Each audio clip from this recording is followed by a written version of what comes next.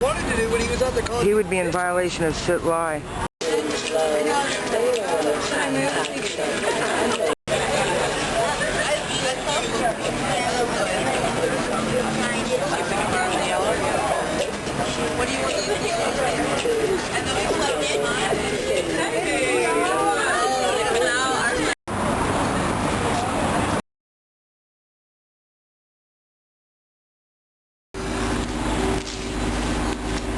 Get out the dominoes. This is Dolores Park. It's absolutely fabulous, and you should come visit. Look at the view. Gorgeous. Of me. I'm just kidding. Parks are for people too. And puppies. Yeah, oh, no, I was in this park, and one of my friends was taking a nap, and the cops came and harassed him and made him move. He was staying at the shelter with me. But there was a couple taking a nap at the same time in the park, and the cops didn't even bother them. And it reads, the definition of the law: no person shall willfully and substantially obstruct the free passage of any person or persons on any street, sidewalk, passageway, or other public place.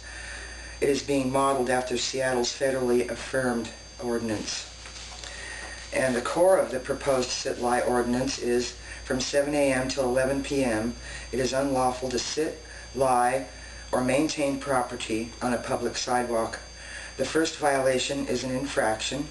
Any subsequent violation shall be a misdemeanor.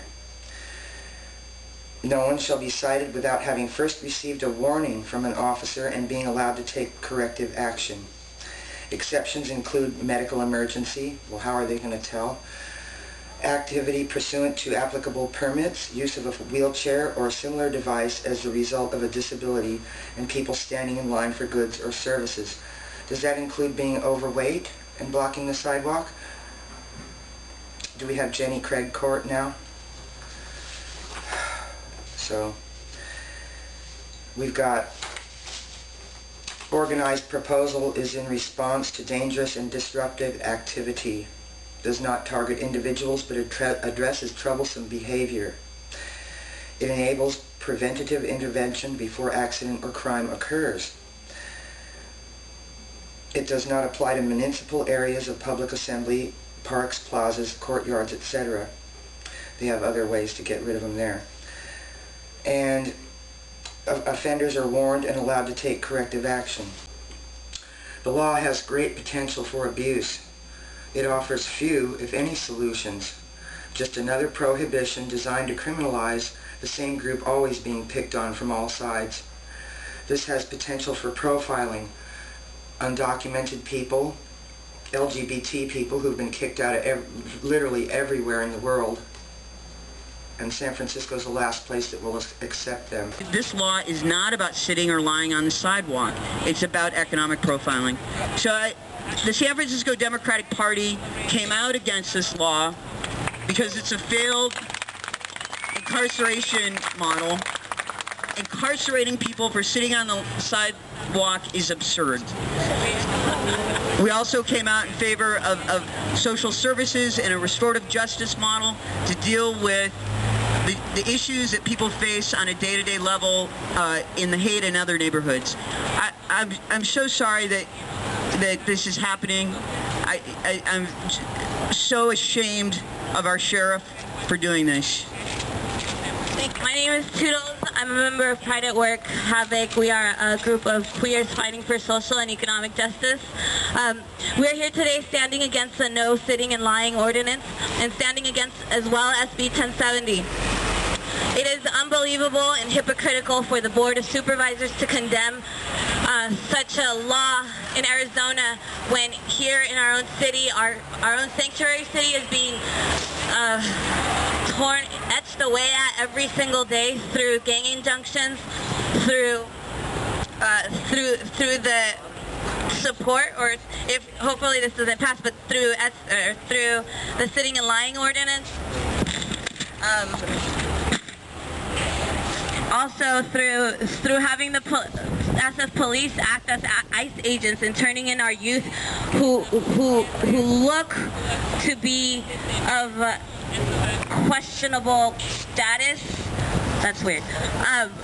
So it's hypocritical for the Board of Supervisors to take a stand against profiling elsewhere when there's so much profiling happening here. We need to tell the board that if they condemn profiling elsewhere, we should be condemning profiling in our own backyard. Whether it be racial profiling or economic profiling, we have the right to exist in our city. This is our city. This is our sanctuary city. We need to take it back.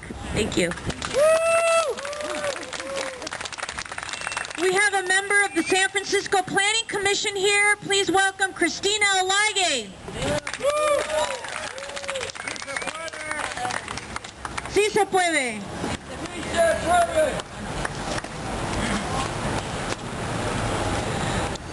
Well, here we are again, folks. Can you hear me, or is it kind of... Can you hear me? I just want to say that, you know, they're trying to exhaust us with all these ridiculous laws, and look at all of us that are here today sitting through this in this cold weather. Nothing will bring us down. And I want to thank the Coalition on Homelessness, especially for maintaining and keeping the energy on this and the focus on this issue, because without them, I'm not sure that we'd all be sitting here where we are today. I agree with those speakers who said that this is a little bit absurd, but I don't think any of us really expect any different from the city and county of San Francisco. Is this surprising to any of us? Not really. And I guess that's the sad part, is that a lot of these laws are just not surprising to us anymore. I'm going to speak 50% on behalf of the Planning Commission and 50% on my own behalf, so I just have to make that disclaimer ahead of time. I do want to read what our recommendation was. The Commission is not recommending approval or disapproval of the proposed ordinance.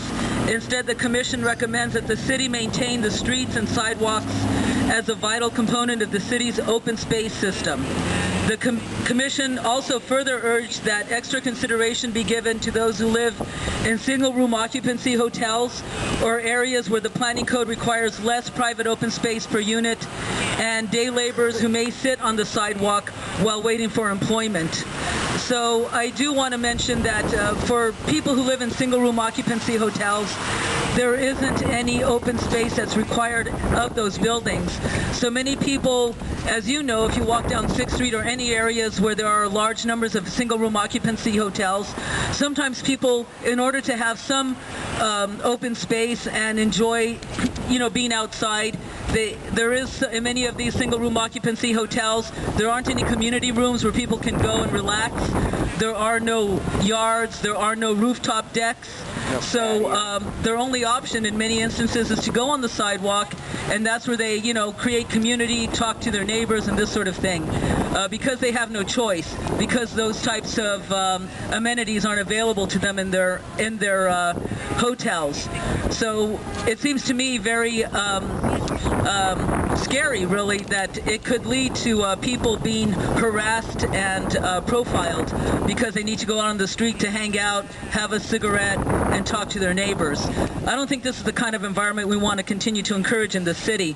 Day laborers are a vital component of our city, economic component, and to think that they could, in order to work, they have to sometimes stand at corners. As you know, I see them every morning sometimes when I'm walking to work on Divisadero, and imagine that they would be criminalized because they might get tired after sitting and waiting for employment for 6 hours, so they might have to sit down on the sidewalk. And anyone who decides that they just have something against anyone can decide, oh, let's call a cop, let's pull this law out of the hat, and start to continue to profile people.